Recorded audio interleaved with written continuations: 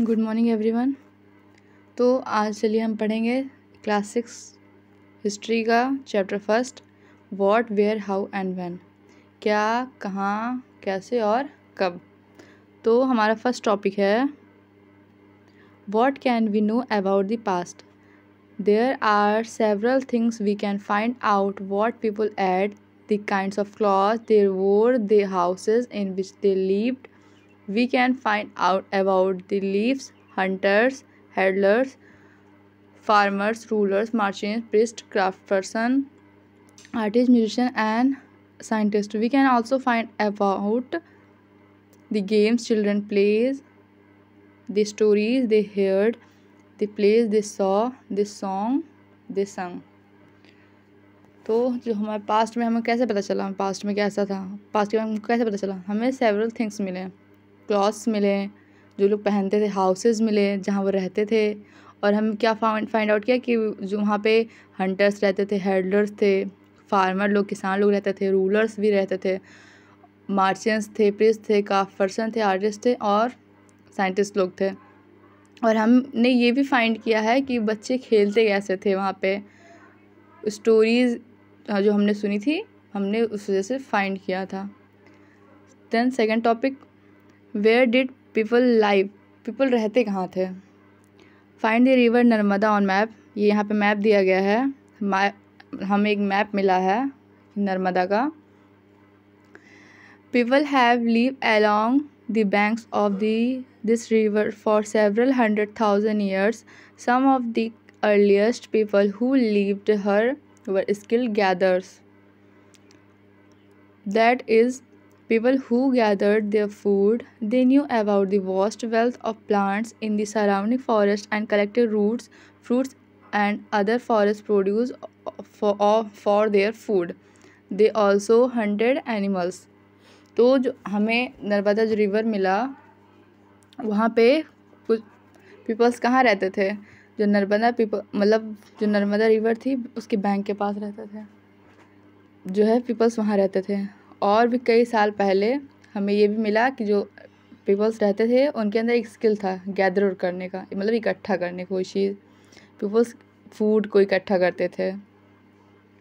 They knew about the wealth, और हमें ये पता चला कि वो प्लांट्स थे, मतलब फॉरेस्ट में थे, वहाँ से कलेक्ट करते थे, रूट्स को कलेक्टेड करते थे, किसके लिए, उससे फूड प्रोड्यूस करने के लिए। दे ऑल्सो हंटेड, और वो एनिमल्स को भी हंट करते थे खाने के लिए। Now find the Sulaiman and Kirthar hills to the north west, और हमें क्या मिला है, सुलेमान एंड कैथार हिल्स मिला है नॉर्थ वेस्ट में। Some of the areas where women and men first began to grow crops such as wheat and barley about 8,000 years ago are located here. हमें क्या मिला है कि जो मैन और वुमेन थे जो पहली बार उन्होंने शुरुआत किया था ग्रो करने का, उन्होंने पहले मतलब व्हीट और बार्ली को ग्रो करना स्टार्ट किया था। कब, 8,000 साल पहले हमें यहाँ पे देखने को मिला है। People also began rearing animals, और ज़्यादातर एनिमल्स जैसे सीप को, गोट को, कैटल्स वगैरह को पालते थे गांव में लोग। Locate the Garo hills to the north east and the Vindhyas in central India, और ये कहाँ पे लोकेट है, गोरो हिल्स में और विंध्यास इन सेंट्रल एशिया में। There are some of the other areas where, और हमें और भी एरियाज़ मिले हैं जहाँ एग्रीकल्चर डेवलप हुआ है, मतलब एग्रीकल्चर बदला है। The places where rice was first grown are to the north of the Vindhyas. सबसे पहला जो राइस का हमें मिला है, ग्रो हुआ है, वो कहाँ मिला है, नॉर्थ ऑफ द विंध्यास में। Trace the river Indus and its tributaries are smaller rivers that flow into a larger river. Tributaries क्या होती हैं, वो जो होती हैं रिवर से स्मॉल होती हैं और फ्लो, मतलब जो रिवर है उससे ज़्यादा फ्लो करती हैं। अबाउट 4,700 ईयर्स एगो, कब की बात है, पहले ट्रिब्यूटरीज रहती थी, तो ये 4700 साल पहले की बात है। Some of the earliest cities flourished on the banks of the rivers, जो रिवर्स हैं उनके बैंक्स होते थे। Later about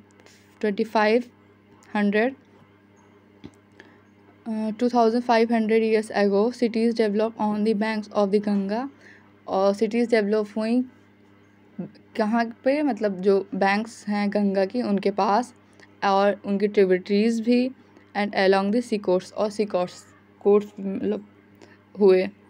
locate the Ganga and its tributary called the Son. जो गंगा की जो ट्रिब्यूटरी उसके क्या बोलते हैं, उसको बोला जाता है Son. In ancient times the area along these rivers to the south of the Ganga was known as Magad, now lying in the state of Bihar. तो जो साउथ में, जो हमारे एंशियंट टाइम में जो गंगा रिवर थी साउथ की, उसको पहले मगध के नाम से जाना जाता था, जो इस टाइम कहाँ है, उसको क्या बोलते हैं इस टाइम, हमारे एक स्टेट है Bihar. Its ruler were very powerful, वहाँ के जो रूलर बहुत पावरफुल थे, and set up a large kingdom, और उन्होंने बहुत बड़ा किंगडम बनाया था। Kingdoms were set up in other parts of the country as well, और किंगडम्स दूसरे भी मतलब कंट्रीज़ में सेटअप हुए थे। Throughout people travelled from one part of the subcontinent to another. जो पीपल्स होते हैं वो ट्रैवल करते हैं वन पार्ट से another part. The hills and high mountain including Himalaya, desert, rivers and seas made journey dangerous at time but never impossible. So man and woman moved in search of livelihood, as also to escape from natural disasters like flood or droughts. Sometimes man marches in armies conquering others' lands. Besides marching, travel with caravans or ships carrying valuable goods from place to place, and religious teachers walked from village to village, town to town, stopping to offer instructions and advice on the way. Finally, some peoples perhaps traveled driven by a spirit of adventure, wanting to discover new and exciting places. All these led to the sharing of ideas between people. तो इसमें ये बताया गया है, जो peoples थे travel करते थे one place to another, plus Himalayas में, और जर्नीज आसान नहीं होती थी, डिज़र्ट में बहुत डेंजरस होता था, लेकिन ये नहीं था कि इम्पॉसिबल है, नहीं करते थे, वो करते थे लेकिन थोड़ा डेंजरस होता था। उसमें मैंस भी आते थे, वुमेंस भी आती थी, बच्चे भी आते थे, और कुछ तो ऐसे मतलब ऐसी प्रॉब्लम भी उनको झेलनी पड़ती थी, जैसे फ्लोड्स, बाढ़ आ जाते थे, सूखा, और भी बहुत सी प्रॉब्लम उनको करनी पड़ी। तो इसीलिए वो एक प्लेस से दूसरे प्लेस, मतलब जहाँ उनको फैसिलिटी अच्छी मिलती थी रहने के लिए, खाने के लिए, वो एक प्लेस से दूसरे से गांव चले जाते थे लोग, और टाउन से टाउन जाते थे, और भी मतलब कई सारे टाउन टू विलेज, वो लोग मतलब एक जगह से दूसरी तरफ मूव करते रहते थे। Why do people travel now days? People, अब हमें ये जानना है कि जो पास के टाइम में पीपल्स ट्रैवल क्यों करते थे। लुक एट मैप वंस, हम मैप में देखा, once more, hills, mountains and seas from natural frontiers of the subcontinent. While it was difficult to cross these frontiers, those who wanted could indeed scale the mountains and cross the seas. जो पहले था, जो हमने भी देखा hills में, तो वहाँ के जो हिल्स काफ़ी बड़े होते थे, माउंटेन्स भी होते थे, तो मूव करना, एक जगह से मूव करना बहुत मुश्किल होता था, एक जगह से दूसरी जगह क्रॉस करना. Peoples from across the frontiers also came into the subcontinent and settled here. तो वो लोग क्रॉस करते थे फ्रंटियर्स, और सब कॉन्टिनेंट में जाके वो सेटल हो जाते थे. The movement of people enriched of our cultural tradition. People have shared new ways of carving stone, composing music and even cooking food several hundreds of years. अब जो पीपल्स थे वो शेयर करते थे, बहुत पहले से शेयर करते थे. क्या करते थे? कर्विंग स्टोन्स करते थे, म्यूज़िक कंपोज करते थे, फूड जो है कुकिंग करते थे. ये आज से नहीं, ये बहुत सालों पहले चल रहा है. Name of the lands. Two of the words we often use for our country are India and Bharat. जो हमारी कंट्री है, इनको 2 वर्ड्स में बोला जाता है, जैसे हम India and Bharat. The word India comes from Indus. India कहाँ से आया? इंडिया इंडस वर्ड से आया. कार्ड सिंधु इन संस्कृत सिंधु से आया है, तो सिंधु कहा जाता है, वो एक संस्कृत का एक वर्ड है। Find Iran and Greece in your atlas. उसको फाइंड किस, ईरान ने और ग्रीस ने फाइंड किया था हमारे एटलस ने। The Iranians and the Greeks who came through the north waste about 2500 years ago and were familiar with the Indus called its Hindus or Indus, and the land to the east of the river was called India। तो जो Iranians और Greeks थे, जो लगभग 2500 साल पहले की बात है, कि जो विद इंडस, वो किसके फैमिलियर थे? इंडस के फैमिलियर थे। उसको हिंदूज बोला जाता, हिंडोज और इंडोस बोला जाता था। तो जो लैंड थी ईस्ट की, रिवर की, इसे उसका नाम इंडिया रख दिया गया। The name Bharat was use for a group of people who lived in north west and who are mention in the Rigveda, the earliest composition in Sanskrit, dated to about 3,500 years ago. Later it was used for the country। तो जो Bharat word है वो एक group है peoples का जो north east में रहते हैं, और इसको ऋग्वेद ने मेंशन किया था, और ये कंपोज हुआ संस्कृत में इसका लगभग 3500 साल पहले, और ये अब हमारे कंट्री के नाम से यूज़ किया जाता है। Find out about the past. अब हमें अपने पास्ट के बारे में पता कैसे चला, क्या हमने फाइंड किया? There are several ways of finding out about the past. One is to search for and read books that were written long ago. पहला तो देखिए, हमें जो हम जानने के लिए पास्ट के बारे में हमें बुक्स मिले, काफ़ी सारे रिटन बुक्स मिले पढ़ने के लिए। देयर आर कार मैन्यूस्क्रिप्ट, उसको मैन्यूस्क्रिप्ट बोला जाता है, because they were written by hand, क्योंकि वो हाथ से लिखे जाते हैं, उनको मैन्यूस्क्रिप्ट बोलते हैं। This comes from the Latin word, वो लैटिन वर्ड में लिखा गया है, उसको मनु बोला जाता है, meaning hand. Manu means hand. These were usually written on palm, किससे लिखा जाता है? यूज पाम से, लीफ और on the specially prepared bark of the tree known as birch, which grows in the Himalayas. Over the years, many manuscripts were eaten away by insects. Some were destroyed, but many have survived, often preserved in temples and manuscripts.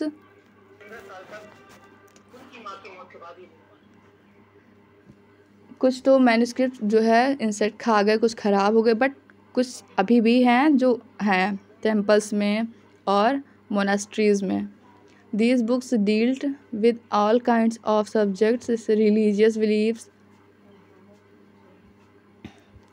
And practices, the lives of kings, medicines and science. Besides there were epics, poems, plays. Many of these written in Sanskrit, others were in Prakritic language is used by ordinary people and Tamil. We can also study inscriptions. These are writing on relatively hard surfaces such as stone or metal. Sometimes kings got their orders inscribed so that people could see, read and obey them. There are other kinds of inscriptions as well where men and women including kings and queens recorded what they did. For example, kings often kept record of victories in battle. Can you find of advantage? तो यहाँ पे ये बताया गया है जो over the year जो manuscript तो हम पढ़ ही लिया था।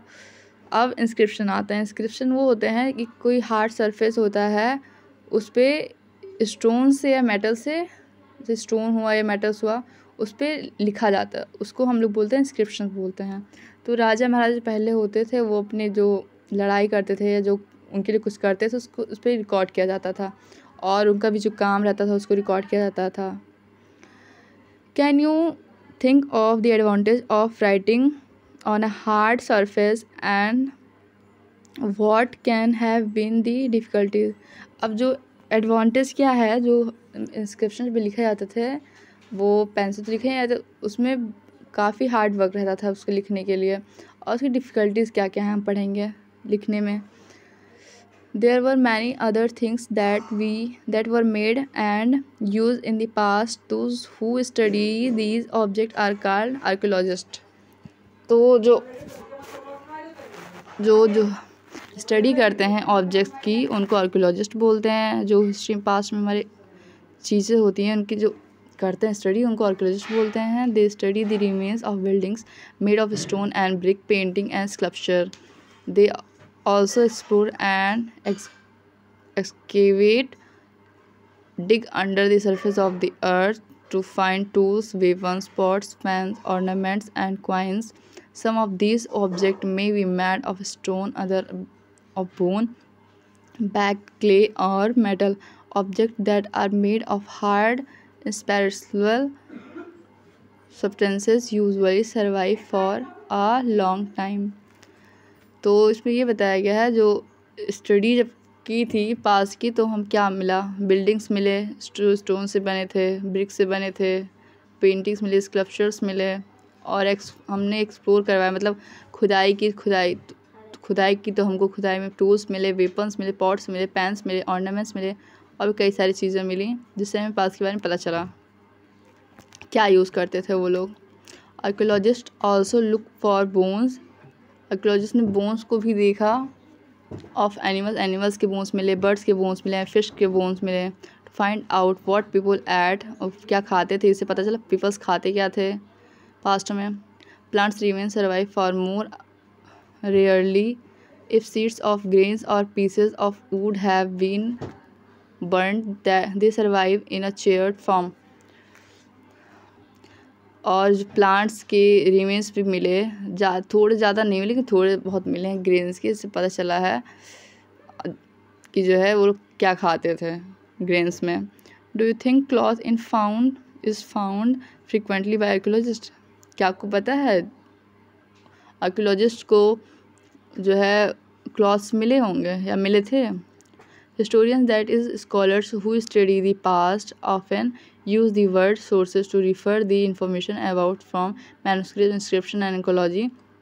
Once sources are found, learning about the past becomes an adventure as we reconstruct in bit by bit. So historians and archaeologists are like detectives who use all these sources like clues to find about the past.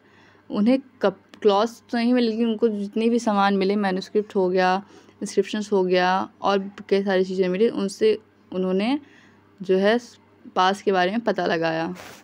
One past और many.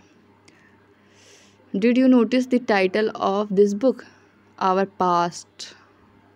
क्या आपको पता है ये जो book का title है our past, we have use the word past in plural to draw attention to the fact that the past was different for different group of people. जो past word होता है वो अलग अलग peoples के लिए अलग अलग मायने रखता है। For example, the lives of herders or farmers were different from those of kings and queens. The lives of merchants were different from those of craftsmen and so on.